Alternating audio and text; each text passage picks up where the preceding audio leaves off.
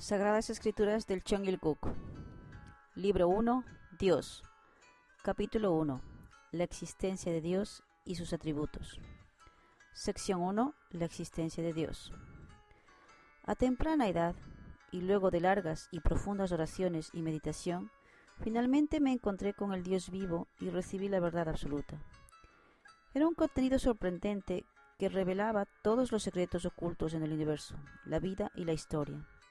Si este contenido se aplica a la sociedad, se resuelven los problemas sociales. Si se aplica al mundo, se resuelven los problemas mundiales.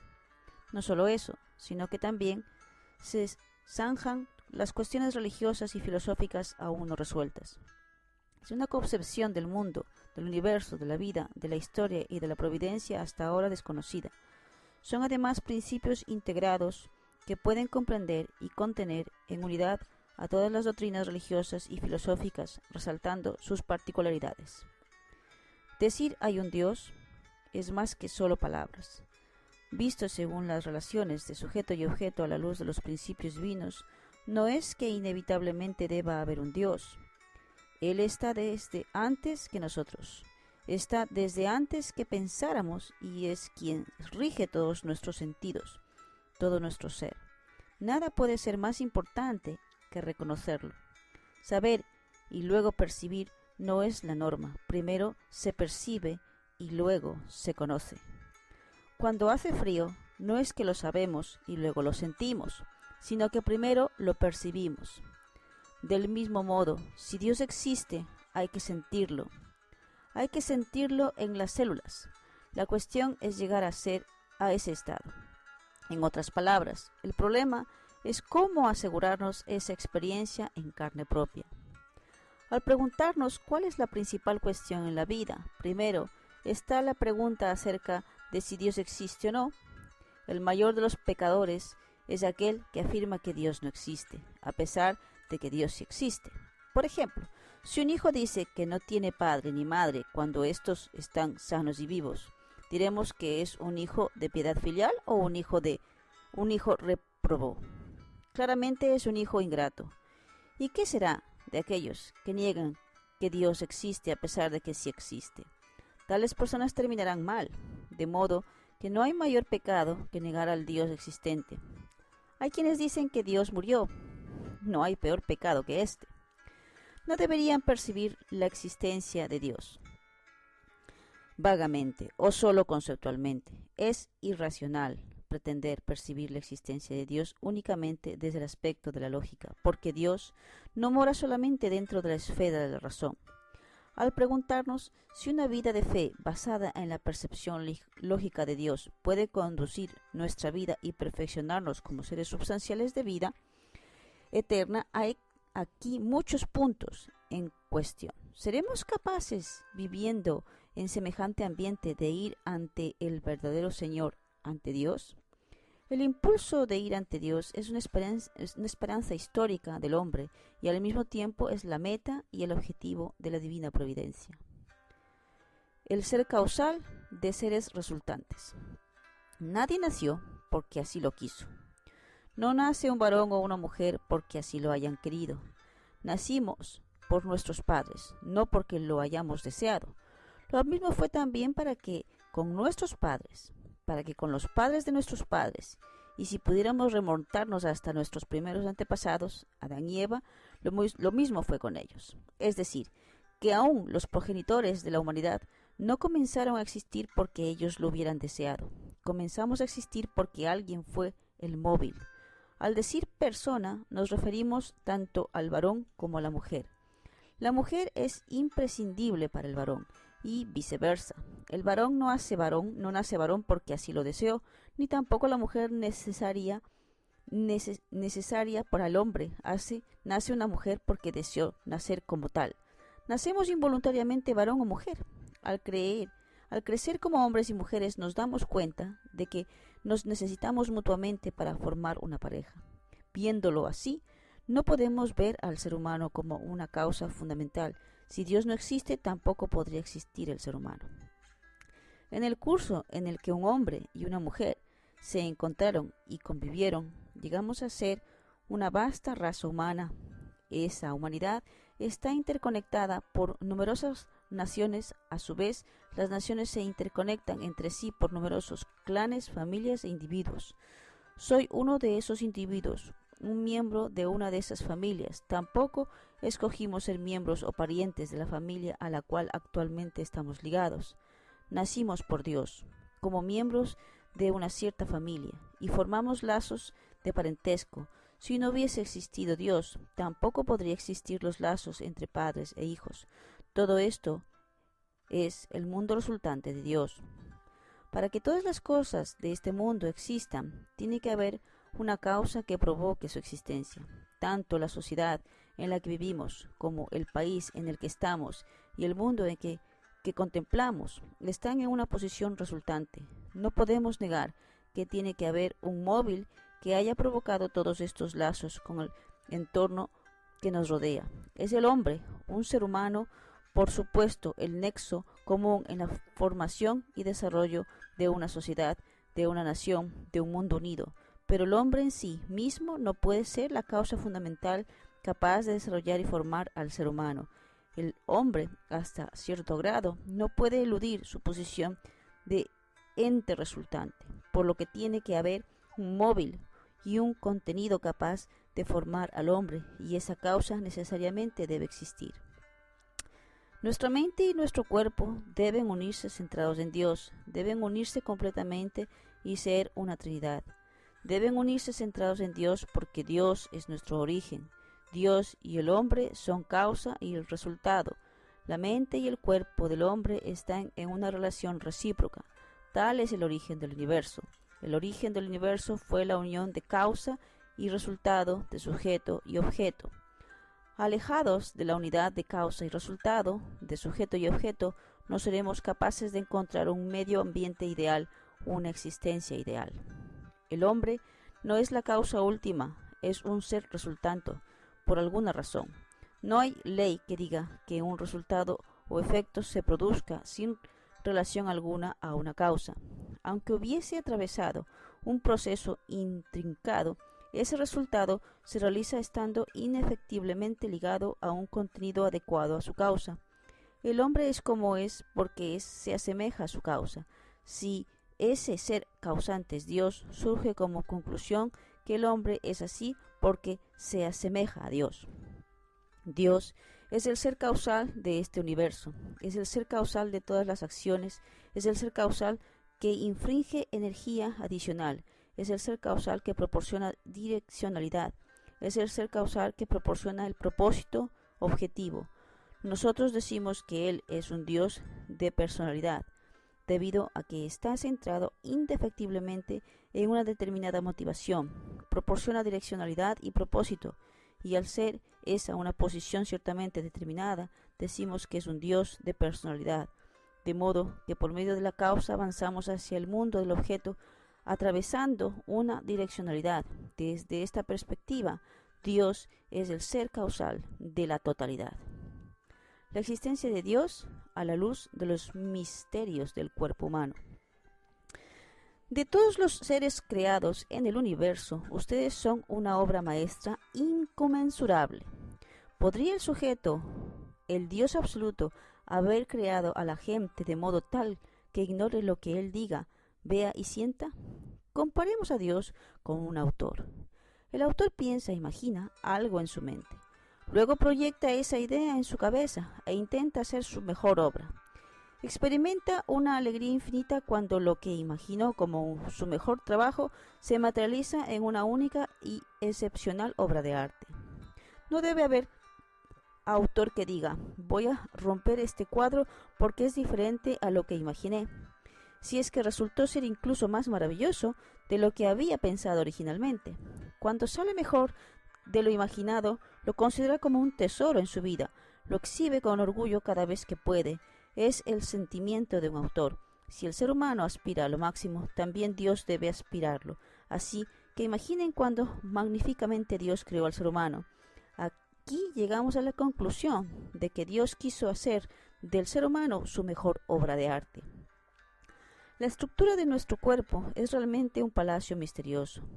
Es sorprendente que numerosísimas células, al tiempo que tan individuales y personalizadas, mediante una organización cooperativa sin conflictos y centradas en relaciones recíprocas, le den forma a este individuo llamado yo, también tan libre y autónomo.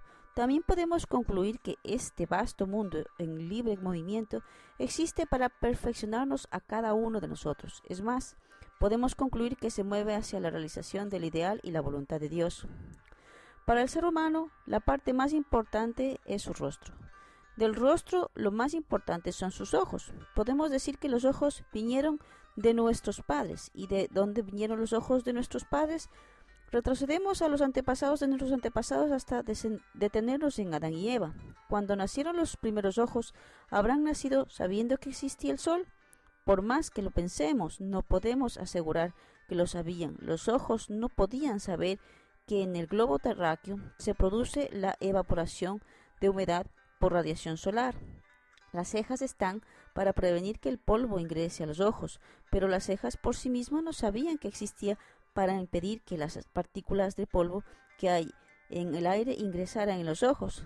Al pensarlo así, que los ojos son un palacio misterioso e infinito, podemos deducir que hubo un ser que sabía muy bien antes de que se formaran los ojos, que existía el sol, que hay partículas de polvo en el aire y que hay evaporación de humedad y que de acuerdo a eso nos hizo nacer así como somos.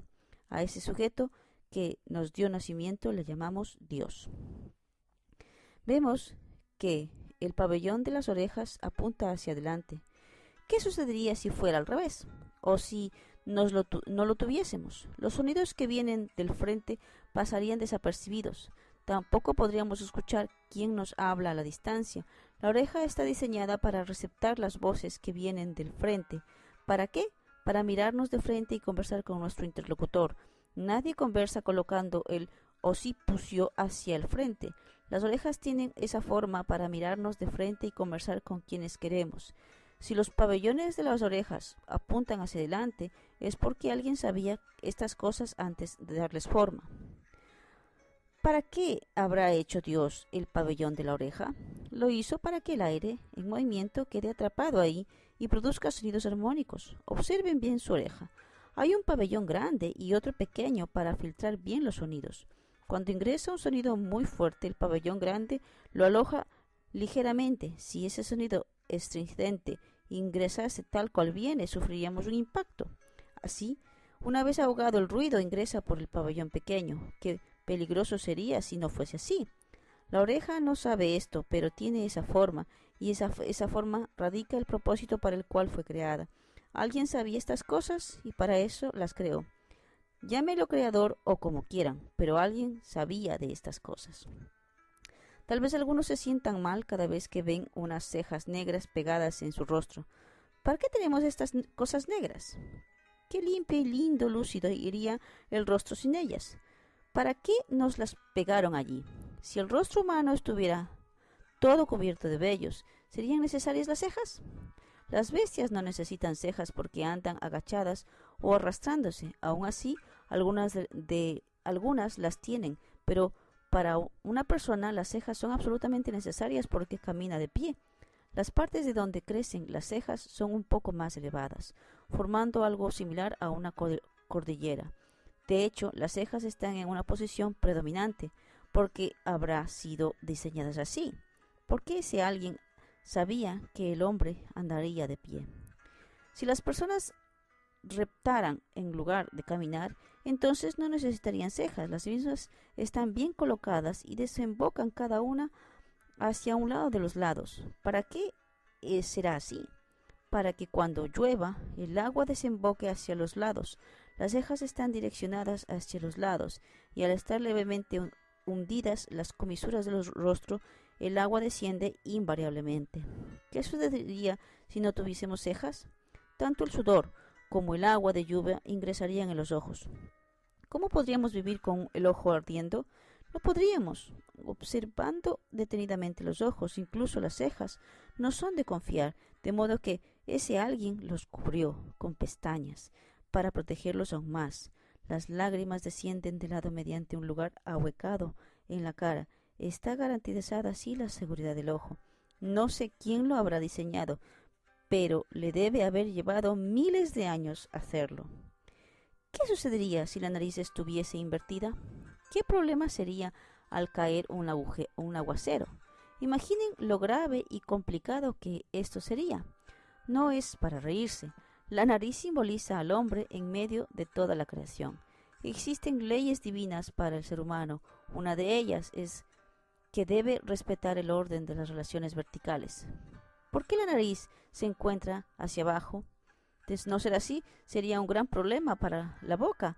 ¿Qué pasaría con la boca si el agua de lluvia entrase en ella? Por eso la nariz tiene esa forma. Observando el rostro, podemos sentirnos maravillados. Los labios son un maravilloso misterio. Los labios van muy bien con los dientes. ¿Cuán separados están unos de otros? Apenas unos milímetros los separa. Nada hay más peligroso que esto. ¿Qué problema si uno se equivoca, pero alguien se siente inseguro? Al comer uno está apremiado por digerir, no se siente inseguro. ¿Es también la lengua un misterio maravilloso? Qué bien alineado su movimiento hacia adelante y hacia atrás, entrando y saliendo de entre los dientes, que son como una hilera de hachas. Toda una armoniosa coordinación. Yo hablo demasiado rápido, y es una combinación armoniosa y un misterio que podamos combinarnos tan bien y crear lazos afectivos con ustedes a pesar de que nos vemos por primera vez. ¿Qué pasaría si la lengua hiciera el trabajo de los dedos? Sería un problema. La existencia de Dios a la luz de la acción de la mente original. ¿Cómo podemos saber si hay un Dios o no? Si bien es invisible, sabemos que el aire existe. ¿Cómo lo sabemos? Porque respiramos. ¿Qué sabor tiene el aire? Si se ve, ni tiene sabor, pero sabemos que el aire inevitablemente existe.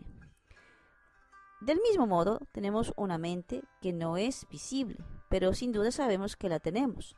No podemos decir que no existe la mente porque sea invisible. Tampoco sabemos cómo es su apariencia, pero sí sabemos que es realmente maravillosa.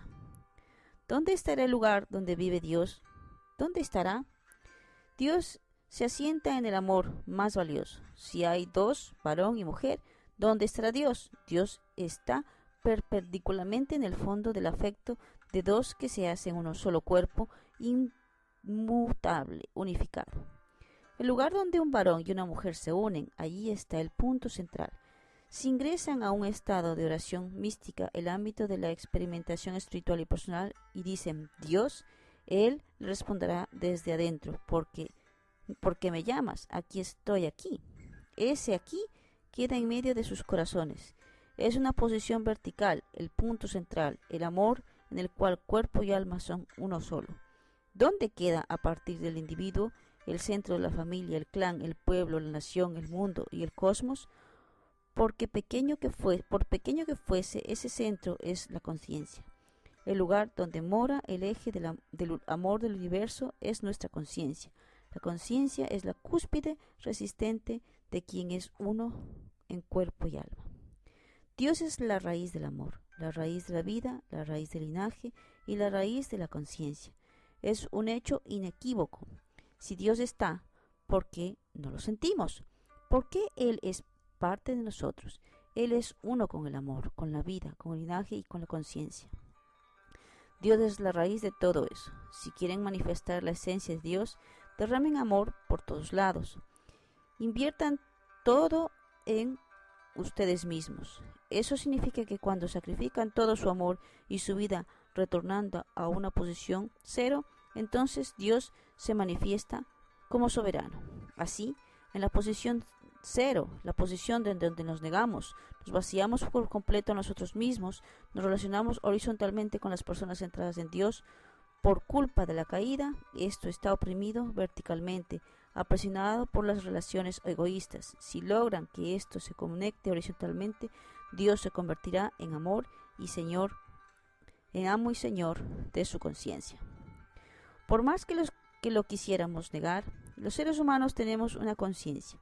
No hay quien pueda negar que tenemos conciencia. El ser humano caído ignora si hay o no un Dios. Si Dios existe, y si Dios es el creador de los seres humanos, somos su creación. Tiene que haber algo que una al creador y su creación, algo que pueda exhibir un propósito común a ambos. Si Dios hizo al ser humano, debe haber en esta una empatía, algo que responda a la posibilidad de que el ser humano alcance el punto de coincidencia con el propósito de la creación deseado por Dios.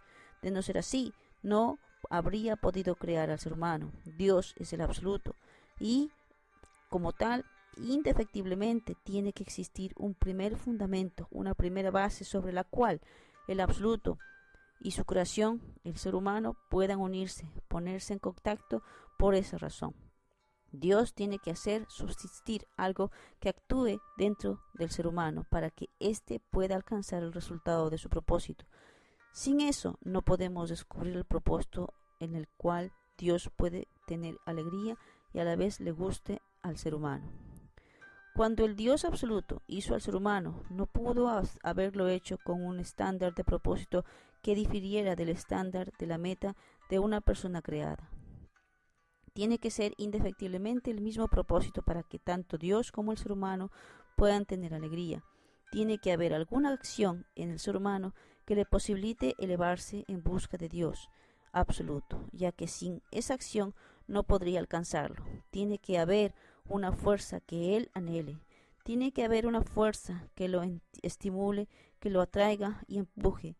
Esa fuerza es la conciencia, a la cual no podemos negar.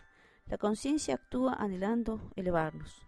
La conciencia nos insta a que seamos mejores que en la actualidad. No podemos negar al menos esta acción en nosotros. La conciencia nos invita a que nos elevemos más que el yo actual. Nunca nos invita a ser menos. Es una fuerza que nos insta a elevarnos cada vez más y que tengamos más valor propio. Mañana más que hoy. Pasado mañana más que mañana y el año que viene más que este año. Esta fuerza es la acción de la conciencia. La conciencia humana no es subjetiva, sino objetiva. Aún sin saber bien qué es, si buscamos siguiendo los principios de la acción, hay un sujeto que ciertamente no puede dejar de actuar. Este sujeto y ese objeto no actúan anhelando perjudicarse mutuamente, sino que actúan anhelando mayor beneficio mutuo, deseando mejorar. Nuestra conciencia actúa dirigida hacia lo mejor, lo mayor, lo más valioso, lo más global. Por lo tanto, podemos concluir que la acción de la conciencia no se produce por sí sola, sino que sujeto y objeto actúan anhelando un mismo y único propósito.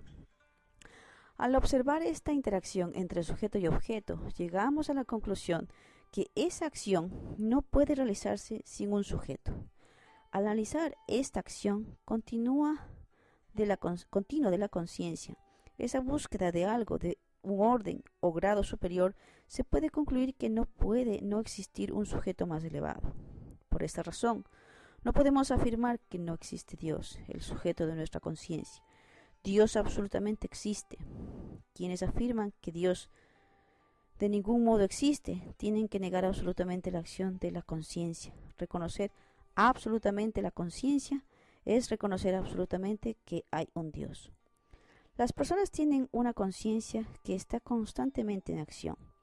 Si despiertan en un profundo sueño e inmediatamente van a hacer algo que no está bien, su mente siempre es como una oveja guardiana que les dirá: tú, ¿qué es lo que intentas hacer? No se puede negar que existe esa acción de la conciencia. La persona provista de la conciencia es un ser resultante. Visto así y considerado que toda acción o fuerza resulta del dar y recibir entre un sujeto y un objeto, no podemos dejar de reconocer públicamente que existe un sujeto. Ese accionar de la conciencia no nos insta a degradarnos, sino a elevarnos hacia lo superior. Podemos decir que la conciencia actúa de esa manera para unirnos a un sujeto más elevado, porque hay un requisito positivo que demanda valores superiores: el Dios que obra su providencia en la historia. Dios no es alguien que existe solamente hoy, aquí y ahora. No es un Dios que se relaciona solamente con nuestras sensaciones diarias. Ese Dios ha existido desde el pasado hasta el presente. Quiero decir, es un Dios histórico, no es un Dios que haya estado siguiendo detrás de la historia a personas esforzadas, embriagadas en su propio despertar acerca del camino que Dios ha anhelado preservar en la sucesión de la historia. Dios viene desarrollando la providencia mediante el fundamento de la vida, trazada por aquellos que han tomado la conciencia del contenido de la divina providencia antes que los demás y que se alzaron en un momento clave para hacer brillar esa historia.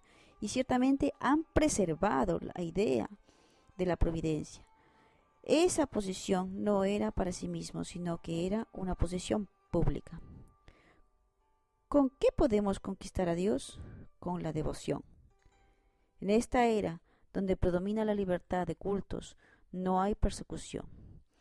Esta era de disfrute de libertad de prensa, de libertad de congregarse, de expresión, de fe, llegó al final de un tiempo específico en los últimos días. Hubo una intención de haber permitido esta era en la que la fe se practique libremente.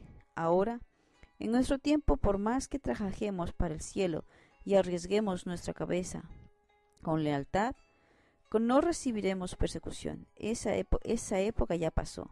De modo que hay que tener corazón. Hay que poseer el corazón histórico de Dios. Dios es un Dios histórico, no una época en particular. Es un Dios que se esforzó mucho por erigir numerosos profetas en el curso de la historia. Ha venido trabajando así hasta el día de hoy, haciendo que muchas personas transiten el camino de la persecución, el camino del martirio, para salvarlos a ustedes. Por eso digo que es un Dios histórico.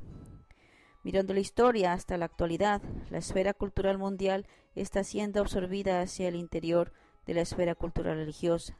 Al observar la conformación de las esferas culturales, ya sea la esfera cultural cristiana centrada en el mundo democrática, como la esfera cultural budista y confucianista del Extremo Oriente, así como la esfera cultural hinduista en la India o la esfera cultural islámica, podemos entender que durante miles de años la gente se ha incorporado en multitudes a una esfera cultural religiosa.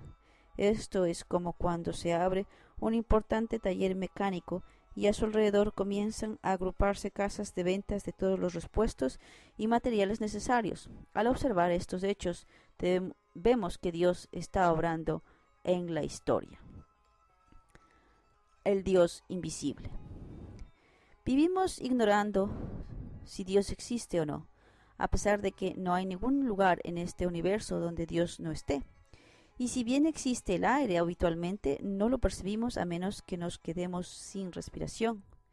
El pulso late unas 70 veces por minuto, sin embargo normalmente lo ignoramos. Si viviésemos tratando de contar las veces que late el pulso al caminar o las veces que parpadeamos en 3 días, nos desplomaríamos con los nervios atrofiados.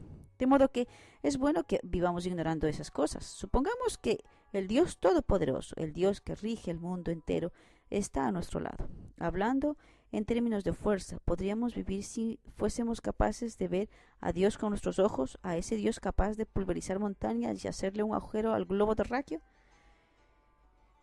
Hizo muy bien Dios en hacerse invisible, de no haber sido así, y si pudiésemos verlo, no podríamos vivir ni una hora. Se destrozaría nuestro sistema nervioso. Debemos estarle agradecidos de que sea invisible.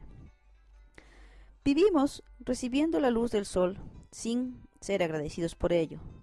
No lo saludamos agradecidos. Señor Sol, gracias. Al igual que este ejemplo, no sabemos agradecer por las cosas importantes que sucedería si quedase apenas una bocanada de aire. Si Dios fuese ofensivo, sería fácil unir al mundo. Tal vez lo unificaría en 5 minutos. Podría amenazaros con quitar el golpe todo el aire del mundo. ¿Se va a unir o no se van a unir? Y el mundo entero respondería en coro: sí, nos uniremos. De esa manera podría lograrse inmediatamente la unidad. Pero agradezcamos que no nos haga eso con el aire. No podríamos vivir sin él. El aire es un elemento absolutamente esencial para la vida. El Dios sabio y todopoderoso pensó que lo más conveniente sería regir moviéndose a gusto desde el centro, siendo invisible. Dios intangible como lo es, puede atravesar el mundo a gusto sin causarle ningún inconveniente a nadie.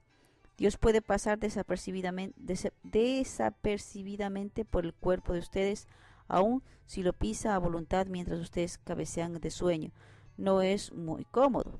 De modo que es correcta la lógica de que Dios se mantenga invisible luego de haber pensado largamente que es lo más conveniente. Sabemos que circula el aire, pero generalmente no lo percibimos. Si ni siquiera sentimos que circula el aire, ¿cómo pretendemos sentir a Dios? El mejor modo para Dios es ser invisible. Así es como Dios debe regir este enorme cosmos que le sobre para abrazarlo todo. Y aun siendo invisible a los ojos de Dios, el universo es pequeño y demanda algo mayor.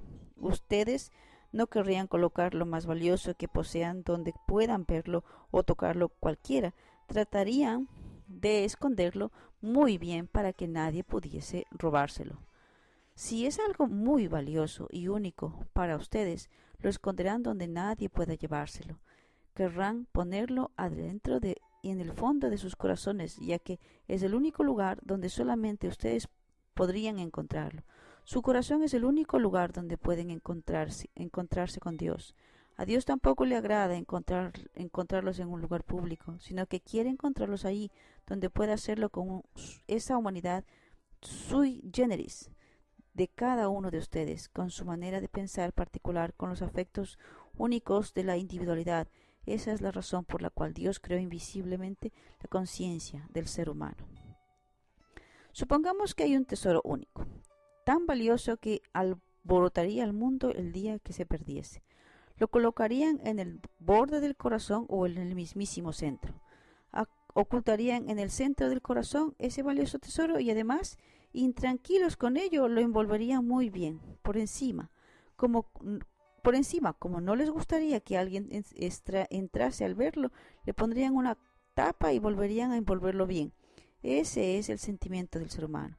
Si Dios fuese visible, los diamantes no serían un problema en este mundo, donde querrían ocultar al único ser absoluto del universo, al ser absoluto del infinito valor, al ser absoluto de la infinita vida, a ese ser indescriptiblemente valioso, querrían tenerlo dentro del corazón, en un lugar que nadie conociese, donde nadie pudiese describirlo, aunque investigase por miles de años, de modo que hizo muy bien Dios en ser invisible.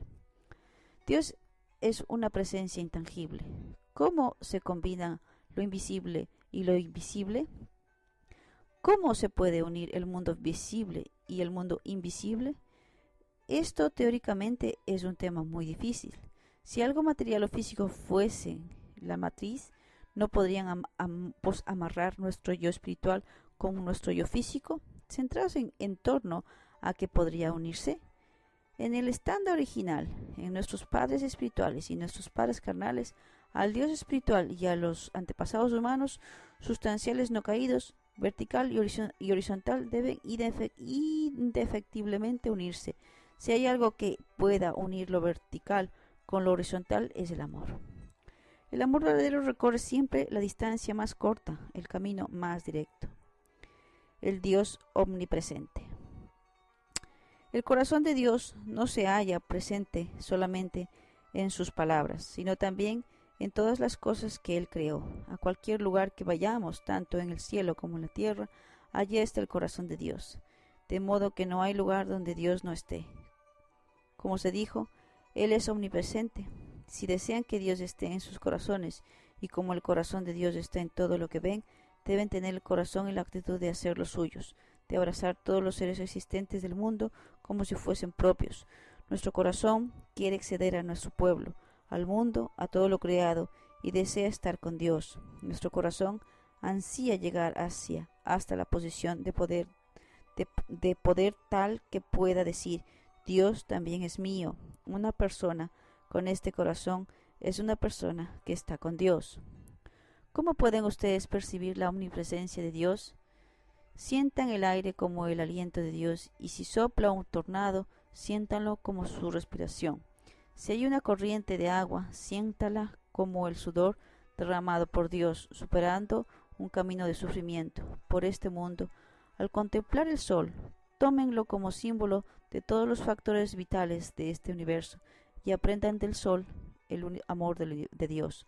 Para poder experimentar en carne propia su corazón, Dios creó el mundo natural como un material de enseñanza, como un libro de texto para la alegría de sus hijos. La expresión budista, solo soy yo, por todo el cielo y en la tierra, todopoderoso y omnipresente y omnisciente, y no hay nada que no pase por mí, es válida en el amor. Centrados en el amor se es omnipresente, porque el amor no hay nada que esconder, todo se revela. Desde el precioso momento en que se ama, todo sale a la luz. Quien quiere estar en la posición omnipresente centrada en el amor, en una posición todopoderosa centrada en el amor, es Dios. Si no hay Dios en el universo, es como si se estuviese completamente vacío, pero si está Dios, el universo se llena totalmente. Eso es porque hay amor. Debido a esto, aunque uno esté solo, cuando comprende que Dios existe, el universo se llena. Dios está en todos los lados. Se siente su presencia en todas partes. Por eso se pueden percibir sentimientos de omnipresencia en medio del amor. Ahora, si uno ignora que Dios existe, todo parece vacío. Se cuestiona si hay Dios o no. Claramente, Dios existe. ¿Y dónde está? Está en el lugar más cercano a nosotros, tan cerca que no podemos verlo. Señores, ¿pueden sus ojos ver a sus ojos? No pueden, porque están demasiado cerca el uno del otro. Dios tampoco puede verse, porque está muy cerca. Tanto el varón como la mujer ocupan el lugar de Dios. No es que Dios esté en otro lugar. Él está dentro del corazón de cada uno. Por eso, al orar, hay que hablar con el corazón. Dios está en la raíz del corazón. De manera constante, debemos sacar afuera lo mejor de nuestro corazón. Dios está en lo mejor de la raíz de la conciencia, y está en la raíz del amor, en la raíz de la vida y en la raíz del linaje. De modo que hay que estar agradecidos en el hogar, también hay que estar agradecidos en la sociedad, el país, el mundo, y donde quiera que vayamos hay que ser agradecidos. Aún al ir al país del cielo se sigue esta norma. Donde uno vaya, simpatizará con los demás. Ese es el reino de los cielos en la tierra, e igual es el reino en el cielo. Ayú.